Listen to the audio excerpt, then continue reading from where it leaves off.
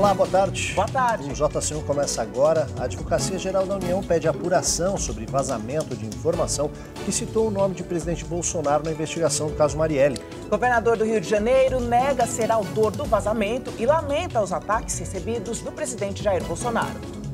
O desemprego cai no trimestre terminado em setembro para 11,8%. O país tem 12 milhões e meio de desempregados. Pesquisa brasileira comprova a eficácia do lítio no tratamento e prevenção do Alzheimer. No estúdio, nosso assunto é o Exame Nacional do Ensino Médio, o Enem. Como se preparar bem para a prova que será realizada em todo o país neste final de semana. Nas notícias internacionais, novo teste de míssil da Coreia do Norte no mar do Japão traz nova tensão à Península Asiática. E na terceira reportagem da série A Lama de Mariana, 4 anos depois, como está o abastecimento de água na região. JC1 Cultura de Informação começa agora.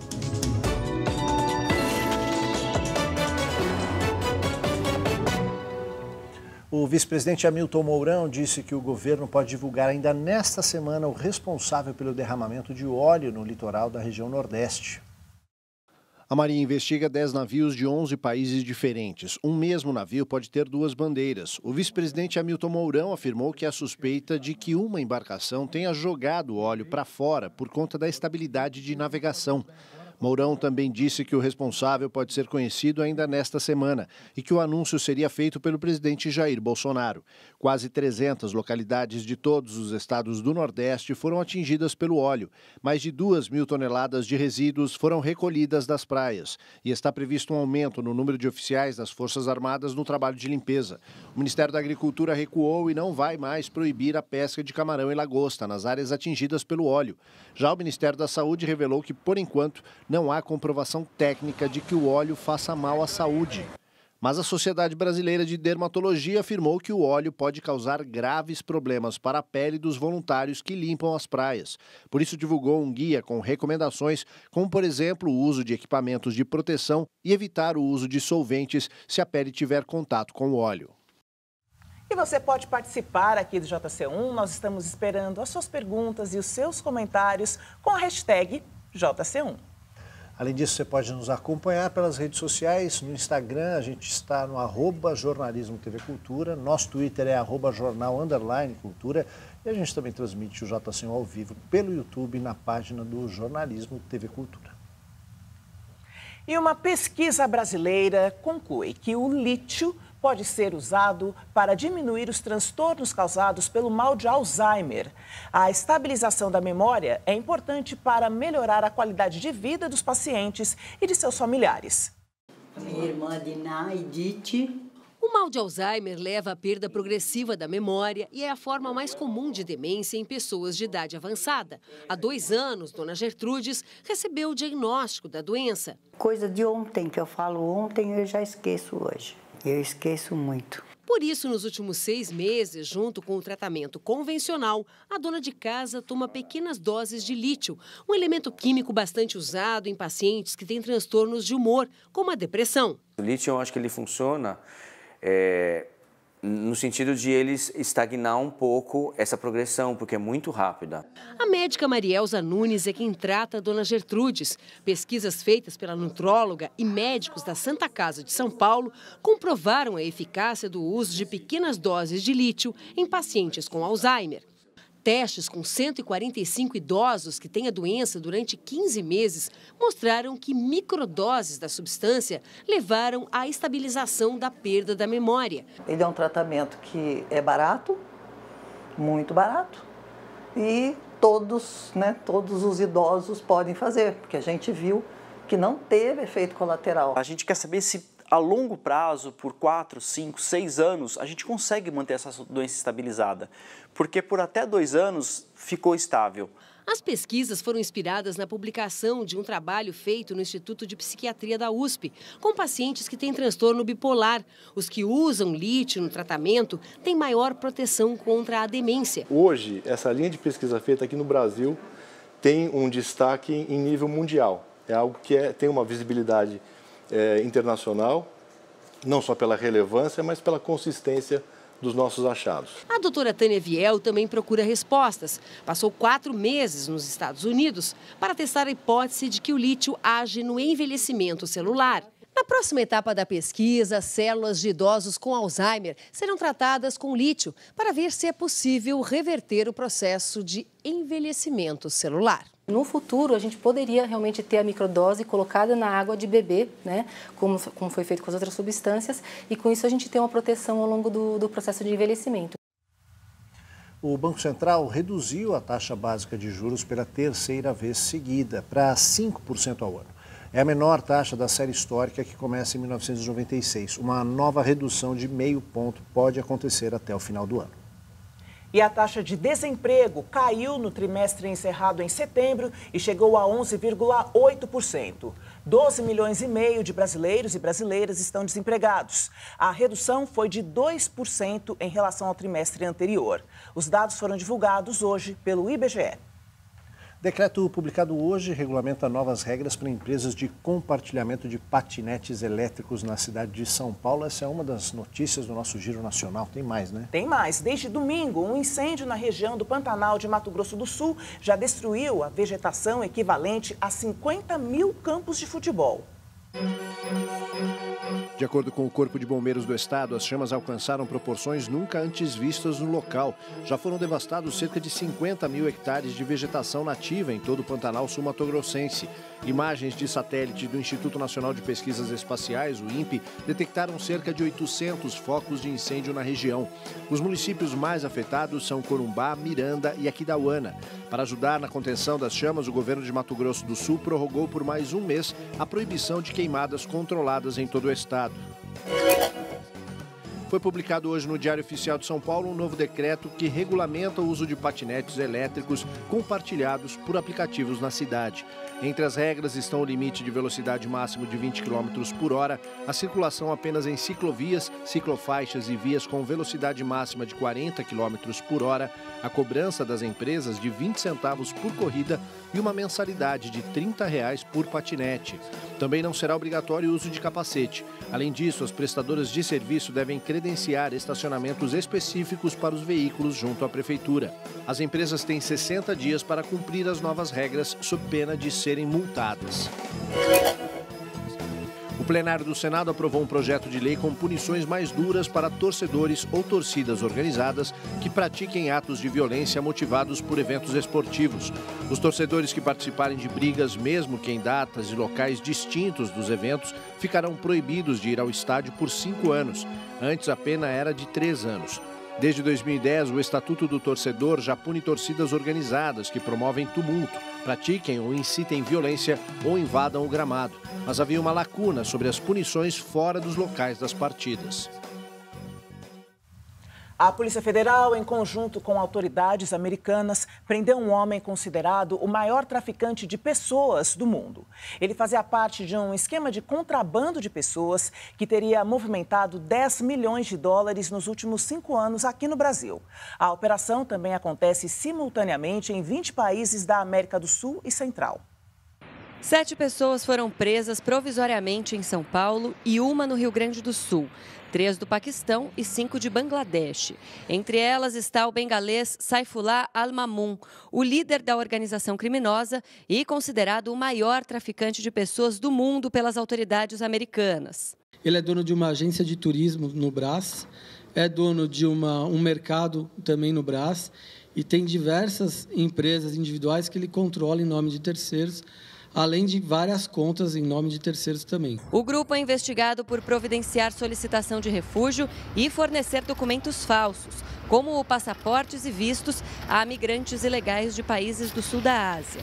Eles chegavam ao Brasil pelo aeroporto de Guarulhos, seguiam para Rio Branco, no Acre, de onde atravessavam para o Peru e seguiam por via terrestre até a fronteira do México com os Estados Unidos. O deslocamento levava cerca de 3 meses e, por cerca de 10 dias, as vítimas eram mantidas em condições desumanas. Pelo menos 5 pessoas foram resgatadas durante a operação de hoje. A quadrilha cobrava entre entre 25 e 40 mil reais pelo serviço.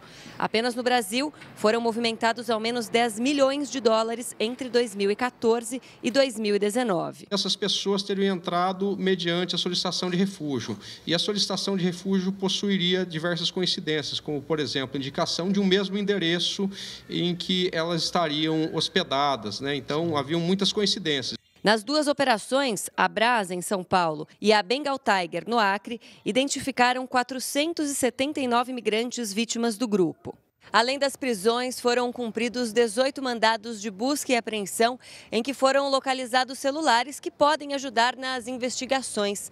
Também foi feito o bloqueio de 42 contas bancárias que eram utilizadas na prática de crime de lavagem de dinheiro. Então, eles disponibilizavam valores para um doleiro lá fora, lá no sul da Ásia, e um doleiro correspondente ali na tríplice fronteira do Brasil, Argentina e Paraguai, né, recebia esses valores, né, e enviava esses valores de maneira fracionada para a conta de laranjas desses contrabandistas aqui em São Paulo.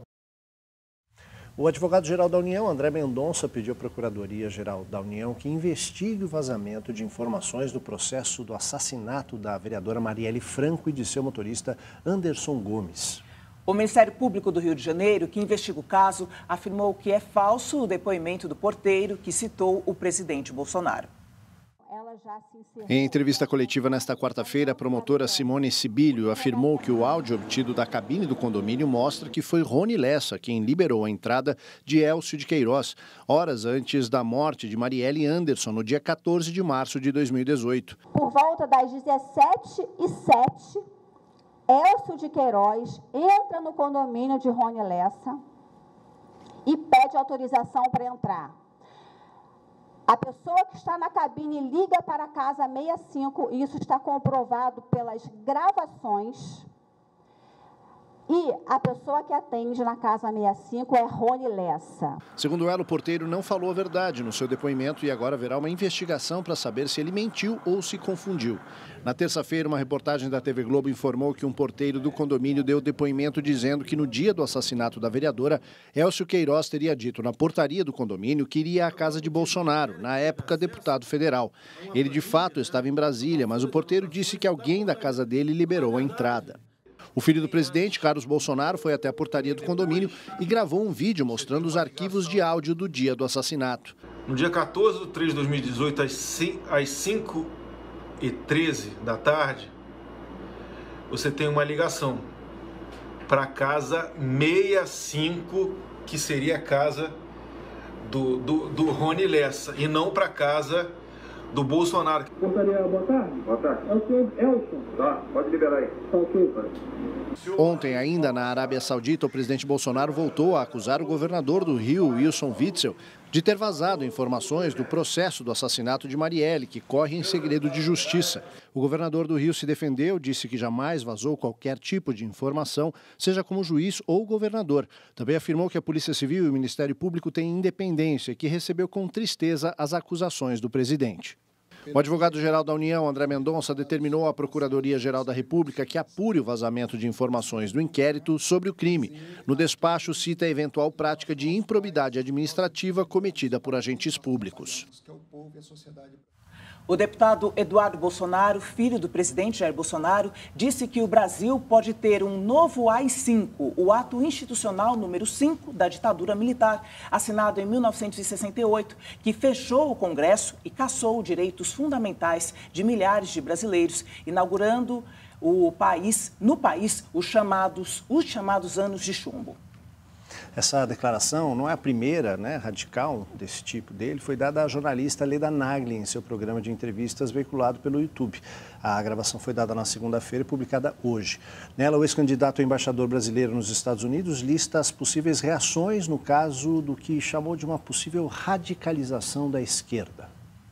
Se a esquerda radicalizar esse ponto, a gente vai precisar ter uma resposta. E uma resposta, ela pode ser via um novo AI-5, pode ser via uma legislação aprovada através de um plebiscito, como ocorreu na Itália. Alguma resposta vai ter que ser dada.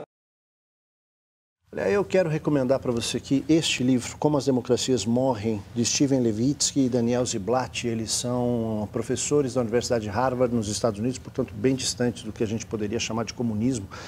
E aqui nesse livro, eles, Como as Democracias Morrem, descrevem pequenos atos do dia a dia que passam desapercebidos e que nos surpreendem quando, de repente, no acumulado, acabam causando uma quebra democrática. Esse tipo de afirmação, como eu já disse, não é a primeira vez, pode parecer algo de um boquirroto, mas é preciso ficar muito atento aos pequenos sinais que vão sendo dados durante o dia a dia. E já tem gente reagindo, né, Joyce? Tem sim. Olha, o ministro do Supremo Tribunal Federal, Marco Aurélio Mello, disse que a toada não é democrática republicana e que os ventos, pouco a pouco, estão levando embora os ares democráticos. O presidente do PSDB, Bruno Araújo, pelo Twitter, disse que ameaçar a democracia é jogar o Brasil novamente nas trevas e que condena de maneira veemente as declarações do filho do presidente da República. A deputada do PCdoB, Jandira Fegali, faz uma pergunta. É o Brasil com AI-5 em pleno 2019 que Bolsonaro quer vender para o mundo e para os investidores? E a ex-candidata à vice-presidente, Manuela Dávila, diz que o filho do presidente ameaça o país com o novo AI-5, o ato mais violento da ditadura militar brasileira. Temos medo, ela diz, mas não vamos nos intimidar. A bacia do Rio Doce foi contaminada pelo rompimento da barragem de Fundão, pertencente à mineradora Samarco, em 5 de novembro de 2015. Um dano ambiental de proporções gigantescas. A lama que saiu de Mariana e foi parar no Mar do Espírito Santo percorreu mais de 500 quilômetros. No episódio de hoje da série A Lama de Mariana, 4 anos depois, você vai ver como a má qualidade da água é mais uma das causas de doenças dos atingidos. Essa tragédia não acabou só com o rio, não. Com os pescadores, com o peixe. Era a minha renda do tratar da minha família, rapaz, e agora? Como que eu vou tratar da minha família?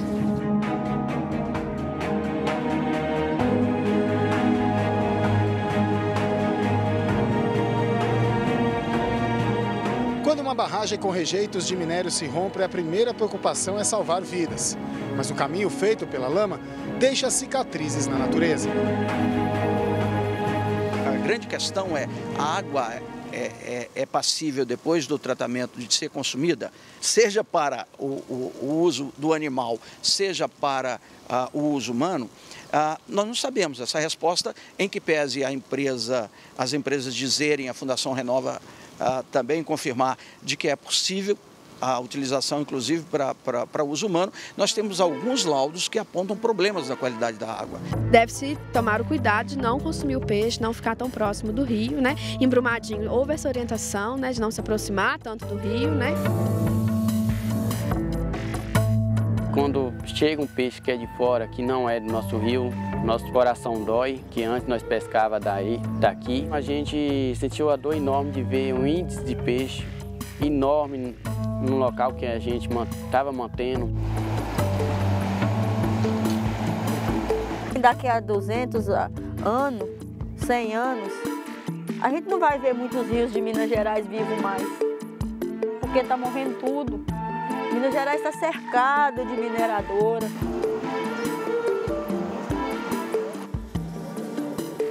A água Rio Doce eu conheço, aquilo ali é uma pena, né, só? Eu acho que tem que levar. Isso não foi, eu não acredito até que não seja só essa água, não. Tem mais, né? Tem mais problema que ainda não foi resolvido. No Rio Doce, também não há tratamento da água, né? Há o tratamento para abastecimento em algumas cidades que usavam a água do Rio Doce para consumo humano, que é Governador Valadares, Colatina também no Espírito Santo, outras cidades menores e comunidades, mas os atingidos não confiam nessa água, né? A Secretaria de Meio Ambiente tem estado muito presente no acompanhamento dessas questões. A gente tem observado que alguns assuntos junto à Renova não têm evoluído efetivamente. Hoje a gente tem um programa que acompanha a qualidade da água no Rio Doce todo. É um dos rios mais monitorados entendo até do mundo, do Brasil com certeza. Você tem também estudos que apontam um aumento significativo de algumas doenças. Por exemplo, registros de um número muito maior do que no resto do estado, de doenças como Zika, chikungunya. Você tem um aumento significativo muito maior de problemas psicológicos, um número altíssimo de depressão. Hoje eu tomo fluoxetina, que é um antidepressivo, eu tomo clonazepam, que é um tarja preta, porque eu tenho síndrome do pânico e depressão. O índice de doenças mentais nos atingidos é altíssimo, é 5 vezes maior do que a média nacional, segundo um estudo que foi realizado pela UFMG. Não tomava um medicamento. Hoje eu tenho marca-passo, cara. Então isso é duro, a gente tem que falar, mas a vida é essa, né? Isso é doído e a empresa não reconhece nada, igual eu, muitos que já até perdeu a vida. O Ministério da Economia e o SEBRAE lançaram hoje em São Paulo o programa Mobilização pelo Emprego e Produtividade. A parceria reúne representantes do setor produtivo, gestores públicos paulistas, para mapear as principais reivindicações de empresários e gestores públicos do Estado e de municípios de São Paulo. O programa vai identificar os maiores entraves e aplicar medidas em prol do desenvolvimento do empreendedorismo e da economia. Agora o tema da nossa conversa aqui no estúdio. Faltam 2 dias para a primeira prova do Enem de 2019. Este ano, o Exame Nacional do Ensino Médio tem 5 milhões de inscritos em todo o país. A prova desse domingo está aterrorizando alguns, né? E para outros é tranquilo. Muitos. Terá uma redação e questões de português e ciências humanas. No dia 10 de dezembro é a vez de matemática e ciências da natureza. Nessa reta final de estudos, estudantes tentam vencer algumas questões difíceis, mas que não caem na prova: o tempo e a ansiedade. Tainara quer ser engenheira mecânica. Me imagino criando máquinas industriais e eu mesma desenhando e fazendo os projetos. Eliezer ainda está dividido entre engenharia e medicina. Então, entrar em engenharia na Unicamp e medicina eu pretendo ir para a Universidade de São Carlos. No domingo, os dois têm o mesmo compromisso: encarar o provão de 5 horas e meia do Enem. O Enem é como se fosse uma porta. É um meio de entrada para você conseguir chegar onde você quer. Eu gosto de pergunta e responde, sabe? E o Enem não é assim, então isso acaba sendo uma grande dificuldade minha. Para os jovens, essa fase representa ainda a transição do ensino médio para a faculdade. Trocar a escola já dominada por um futuro incerto e desconhecido. É tipo uma prova para a vida adulta. Beatriz se sente assim. São tantos novos desafios e novos sentimentos que ela mal consegue dormir. Vem conteúdos, vem o tempo. Eu tenho muito problema com o tempo, então eu fico pensando, e se eu demorar um pouco mais nessa questão e um pouco mais nessa, porque o tempo é muito curto. Então o que mais vem pela minha cabeça é isso, é o tempo. Com 17 anos, ela vai fazer a prova do Enem pela 2ª vez. Quer estudar Relações Internacionais em uma faculdade federal. A meta dela é conseguir pelo menos 700 pontos. Para tentar se controlar, tem tido altos papos com ela mesma. Só de pensar que uma prova pode decidir tudo e ano que vem eu posso estar, por exemplo, em outra cidade, outro estado, fazendo o curso que eu quero, conhecendo pessoas novas, que vai ser uma rotina completamente diferente, é assustador também. Mas, ao mesmo tempo, é uma experiência, deve ser uma experiência, né, inexplicável. A segunda prova é no dia 10 de novembro, não dezembro, como eu falei. Acho que deve ser algum outro falho de traumas com provas desse tipo no meu tempo. Não tinha nem naquele tempo. Para falar sobre esse assunto, a gente vai para as dicas. Tem 2 professores feras aqui com a gente hoje. O Gilberto Alvarez, diretor do cursinho da Poli, e também o Paulo Moraes, que é diretor do Sistema Anglo de Ensino. Vão ajudar a gente, a ajudar você que está aí em casa também, né, nessa fase preparatória. Bom, além do que a gente já falou, né? Manter a calma. Vale a pena daqui até o final de semana algum tipo de revisão? Boa tarde. Boa tarde. É um prazer estar contigo aqui, Paulo. Obrigado. Satisfação. O ideal é que o candidato se conheça, né? Nós sabemos que tem alguns candidatos, como eu, que inspiram e expiram ansiedade. Para esses, a gente recomenda não estudar, né? Agora é momento de controlar a ansiedade. Quantos candidatos não se prepararam o ano inteiro e por conta da ansiedade acabam indo mal na prova? Então agora o momento é de diminuir mesmo o pique de estudos, pensar mais em formas de controlar a ansiedade, ficar com a família, ter momentos prazerosos. Às vezes a família fica mais nervosa que o candidato. É importante a família também diminuir a ansiedade e ajudar o candidato a ficar tranquilo. O candidato nesse momento, né, como ele colocou bem, cada aluno é um aluno, né? Mas o que a gente recomenda? É uma véspera de Olimpíada. Faça essa comparação que dá certinho. O atleta que vai para a Olimpíada está treinando, faz os seus treinos e conforme a prova vai chegando, ele reduz um pouco e na véspera faz um pequeno treino, às vezes outras categorias nem isso faz. E aí você fica num momento de introspecção seu, de concentração, exatamente para você poder ter um bom desempenho. Aquele pessoal que no sábado à tarde resolve dar uma olhadinha no material, esse pode colocar tudo a perder nesse momento e a ansiedade dele acaba derrubando ele. A única pessoa que pode derrubar ele nesse momento é ele mesmo. Ele mesmo. E as questões relacionadas à atualidade têm um peso importante, não, nas provas? Tem, mas as pessoas exageram um pouco disso, porque as questões já foram feitas, testadas. Então, tem candidato que acha que o que aconteceu semana passada, um mês atrás, pode cair. Não, isso não é verdade. Né? Essas questões estão em bancos de dados do INEP, são testadas a toda uma técnica, uma metodologia, né, para se usar isso. Então, essa ideia da atualidade, que vai cair, isso não é tão verdade quanto... Eu sou professor de geografia, falo de cadeira, isso não é tão verdade quanto as pessoas pensam. Gilberto, a prova, a redação tem um papel super importante, né?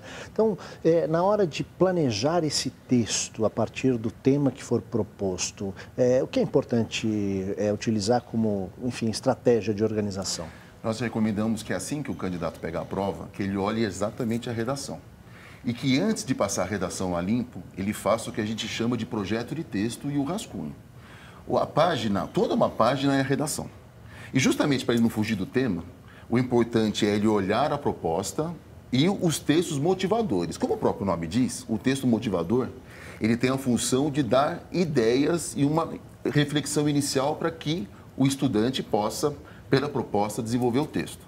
Recomendação, pega a prova, olha os textos motivadores, a proposta, com calma, sem ansiedade, faz o rascunho e deixa o rascunho guardado, deixa o texto amadurecer. Vai para a prova das áreas. E com planejamento de tempo... Não termina, vai lá e não termina. A redação. Quem escreve livro, quem escreve sistema de ensino, a gente faz muito isso quando escreve, né? Escreve o rascunho, deixa um pouquinho de lado, vai para a prova diária, das áreas, depois, com calma, passa a redação a limpo. A experiência diz que, ao passar a redação a limpo, você melhora o texto que você fez. Não faça o rascunho. Aprimora, né? Fazer a redação de primeira de jeito nenhum. Não, isso não. E outra coisa, é administrar o tempo. Nessa prova de domingo, nós temos 5 horas e meia. Então, o que a gente calcula, mais ou menos? Umas 4 horas e meia para fazer a prova e 1 hora, um pouquinho mais, 1h15, para fazer a redação. Se ele fizer o que o Gilberto falou, você primeiro lê. Isso é fundamental.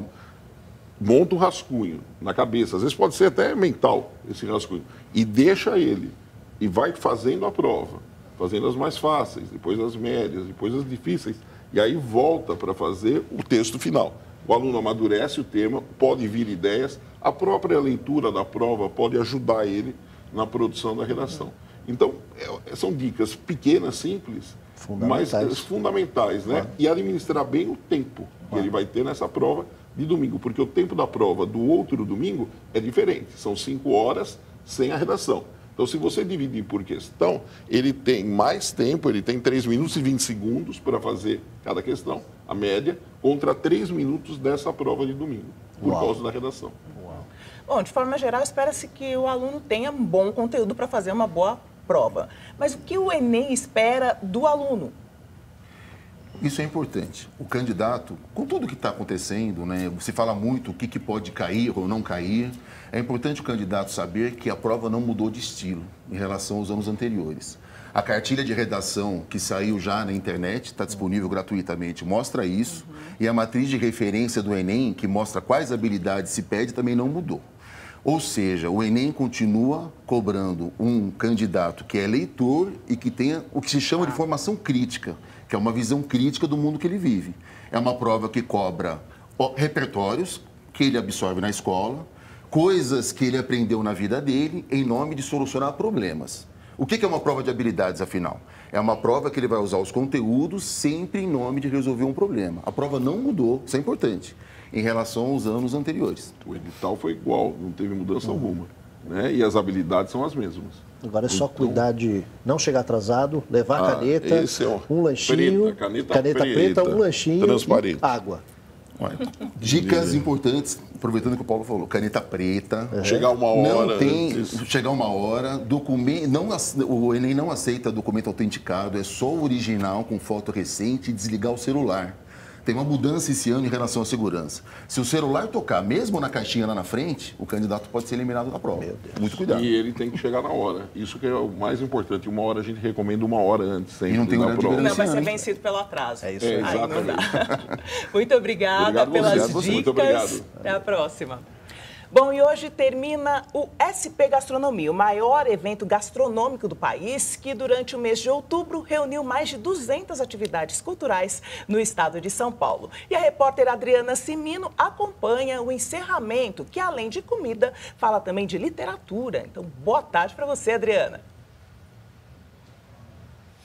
Oi, Joyce. Uma boa tarde a você, boa tarde a todos. Eu estou aqui na Biblioteca de São Paulo, onde logo mais, às 3 da tarde, vai acontecer um clube de leitura. O tema desta edição é esse aqui, ó, A Festa de Babette. O conteúdo desse livro aqui é sobre um grande banquete que é feito por 2 irmãs norueguesas e uma francesa, que é a Babette. Eu vou conversar agora com o Genésio Manuel, que é gerente de programação e produção da SP Leituras. Genésio, qual que é a grande proposta de hoje? Boa tarde. Boa tarde. A gastronomia, na verdade, diz muito sobre um povo, sobre uma cultura, fala muito sobre a sua identidade e cria para nós, como biblioteca, uma oportunidade muito grande de explorar isso na programação. Então, esse clube de hoje, né, é a oportunidade de poder trabalhar esse tema, poder discutir. No livro teve um grande banquete que as pessoas se encontram para poder degustar e hoje aqui tem uma grande oportunidade das pessoas se encontrarem para discutir essa obra. Perfeito, muito obrigada pelas suas informações. Quem quiser participar desse clube de leitura é só chegar aqui na Biblioteca de São Paulo às 3 horas da tarde. O endereço vai aparecer aqui na tela, é uma atividade gratuita, aberta para qualquer idade, não precisa de inscrição e também não precisa ter lido o livro, é só chegar aqui. Obrigada, Adriana. Boa tarde.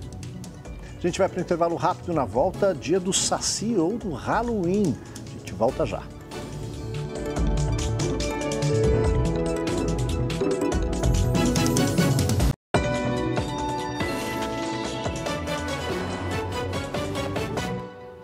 Nas notícias internacionais, começamos com o novo teste de mísseis da Coreia do Norte. O primeiro-ministro japonês Shinzo Abe condenou duramente a Coreia do Norte após o lançamento de 2 projéteis identificados como mísseis balísticos no mar entre a Península Coreana e o Japão. A Coreia do Sul afirma que os projéteis foram disparados a partir da província norte-coreana de Pyeonggan-sul e caíram no mar longe da zona de segurança de 200 milhas. No último ensaio balístico, no começo do mês, a Coreia do Norte testou um míssil para ser lançado a partir de um submarino. No Líbano, os manifestantes continuam os protestos contra o governo, apesar da renúncia do primeiro-ministro Saad Hariri. A decisão dele criou um ambiente de festa, mas também de incerteza no Líbano, além de não satisfazer os manifestantes que afirmam não deixar as ruas até que todas as suas reivindicações sejam atendidas. Na capital, Beirute, os colégios continuam fechados e as avenidas com pouco movimento. Poucos estabelecimentos comerciais estão abertos por falta de produtos e nos postos já começa a faltar combustíveis, como reflexo da paralisação após 2 semanas de manifestações. Na Califórnia, milhares de bombeiros lutam contra vários incêndios por todo o estado e que podem aumentar com os ventos fortes previstos para os próximos dias na região. Um deles é o Easy Fire, nas colinas a oeste de Los Angeles, que já destruiu mais de 600 hectares em 12 horas, levando à retirada de 30 mil pessoas na área de risco. Milhares de casas estão em perigo, inclusive a Biblioteca Presidencial Ronald Reagan, com o acervo do ex-presidente, que ficou a menos de 30 metros das chamas. 2 outros focos de incêndio na região queimaram mais de 80 hectares e levaram à retirada de milhares de habitantes, além de 200 cavalos em fazendas da região. Os cavalos e outros animais foram levados para abrigos e fazendas com o apoio de pessoas que viajaram para a região para ajudar no salvamento. Olha só, vou fazer um registro muito rápido, dividir essa alegria com você. A gente recebe a visita de alunos da Escola Crispiniano Soares, do município de Guarulhos, na região metropolitana de São Paulo. É uma escola municipal bilíngue, português e libras, a língua brasileira de sinais. Eles fizeram um trabalho pedagógico lá com as crianças, utilizando o nosso JC1 e a tradução e interpretação, em libras para os alunos. O Rafael Miguel e a Letícia Muniz são professores da escola, estão aqui junto com essa garotada muito bacana que está prestando atenção na intérprete de libras, que está levando para eles tudo que eu estou falando aqui. Obrigado pela visita de vocês. Eu queria rapidinho que você contasse para a gente que impacto, que contribuição essa experiência dá para essas crianças. Bom, Aldo, está sendo uma experiência bastante significativa para os alunos, né? Porque é a primeira vez que eles entram no estúdio de TV e conhecem todo o trabalho de vocês aqui, principalmente o trabalho de tradução, né? Que eu acho que esse que é o diferencial da TV Cultura, né? E aí o que nos trouxe aqui. Você me contava antes que eles estão num momento ainda de aprendizagem da linguagem de sinais, e isso também amplia a visão de mundo, a capacidade de compreensão do mundo, né? Com essa tradução. Com certeza, né? Assim, conhecimento de mundo que eles estão tendo aqui nessa visita é algo extremamente grande para a vida deles, né? O que vai mais para frente ajudá-los à compreensão das disciplinas que a gente vai trabalhar lá na escola. Maravilha. Parabéns pelo trabalho de vocês, obrigado pela visita de vocês. A gente adorou receber vocês aqui e as portas estão abertas, viu? Valeu. Obrigado. Valeu. Lindo trabalho. 31 de outubro é dia do Saci e também do Halloween, uma festa popular no hemisfério norte que ganhou força por aqui. No condomínio da Verônica, as crianças não veem a hora de encher os potes de doces. Ela também. Muito. Já no trabalho da Becláudia, a brincadeira é séria. Você vai se vestir de quê? É surpresa, não posso falar porque a gente está concorrendo a algumas premiações. Na enorme loja de fantasias da Ladeira Porto Geral, na região da 25 de março, os funcionários quase não davam conta de repor os produtos de Halloween. Usar a imaginação, né? Pode ser o que quiser. Eu estou preparando para minha filha, né? Eu, na verdade, não entendo muito, né, sobre Halloween, assim. A gente explica, Luiz. O Halloween vem de uma expressão em inglês que quer dizer véspera do Dia de Todos os Santos, que é amanhã, 1º de novembro. Importada de outras culturas, a festa também tem raízes na colheita, por isso as abóboras, e com o fim do inverno no hemisfério norte. Por isso, o preto e o laranja das folhas secas. Já as fantasias de mortos-vivos, zumbis, bruxas, seriam para espantar os maus espíritos que estariam vagando no mundo hoje à noite. De toda forma, para muita gente, isso tudo se resume a um dia para a gente fingir o que não é, quase como um carnaval. E hoje também é dia do Saci, data oficializada no Brasil desde 2003. E que deve ser valorizada, segundo este estudioso. Um menino provocador. A brincadeira é a provocação. Isso é o que marca mais ele, né? Isso está no... Todo mundo sabe que ele gosta de andar em cavalo, ele gosta de assustar adultos e crianças. E ele ainda dá uma dica de como homenagear o Saci. Ele representa a criança, e criança gosta de doce. Os meninos e crianças, em geral, que saem às ruas ou às casas das pessoas pedindo guloseima, pode fazer a mesma coisa em nome do Saci. A gente faz um rapidíssimo intervalo. Na volta, atletas do Corinthians e São Paulo se enfrentam neste sábado no primeiro jogo da final do Campeonato Paulista de Futebol Feminino e a TV Cultura transmite.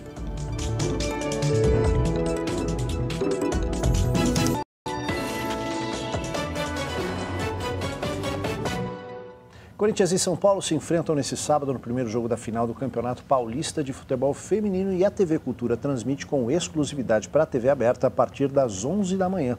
A repórter Laís Duarte acompanhou a preparação das atletas do São Paulo. Um encontro de gerações. Vestindo a camisa São Paulina, Cristiane, atacante que em 2016 alcançou o posto de maior artilheira do futebol nos Jogos Olímpicos entre homens e mulheres, com 14 gols. E Thaís Regina, zagueira de Pernambuco, que de fã virou colega de trabalho. Vi ela jogando Copa do Mundo pela TV, ela, Marta, e eu sempre admirava, sabe? Sempre olhava e falava, eu quero estar ali onde elas estão hoje. E hoje posso estar jogando do lado dela, isso é uma honra para mim. Com as duas em campo, o São Paulo se prepara para o primeiro jogo da final do Campeonato Paulista. A sede de bola de uma e a experiência da outra são parte da receita para enfrentar o Corinthians. Rola bastante puxão de orelha, né? Já passei pela idade delas, a gente entende completamente, né? De quando você é mais nova, você ainda precisa desenvolver muita coisa, aprender bastante, ter bastante responsabilidade. Mas eu procuro trazer um pouco da experiência para as meninas, né? Então vai de cada uma pegar um pouquinho ou não. A gente fica até aquelas tias chatas, né? Quando a gente fica enchendo o saco das meninas, mas a gente sabe que é pro bem.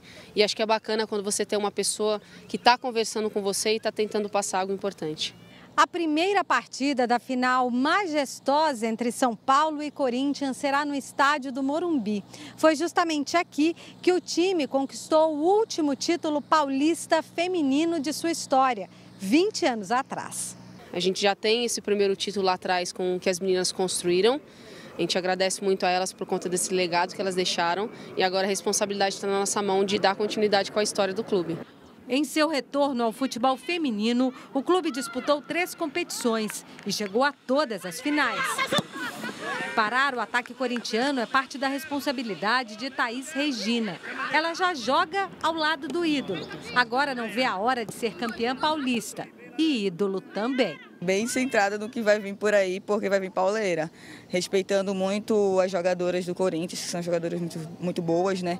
Então a gente tem que focar bastante. Tanto eu quanto as outras zagueiras também. Boa tarde para você. Até amanhã. Tchau, tchau.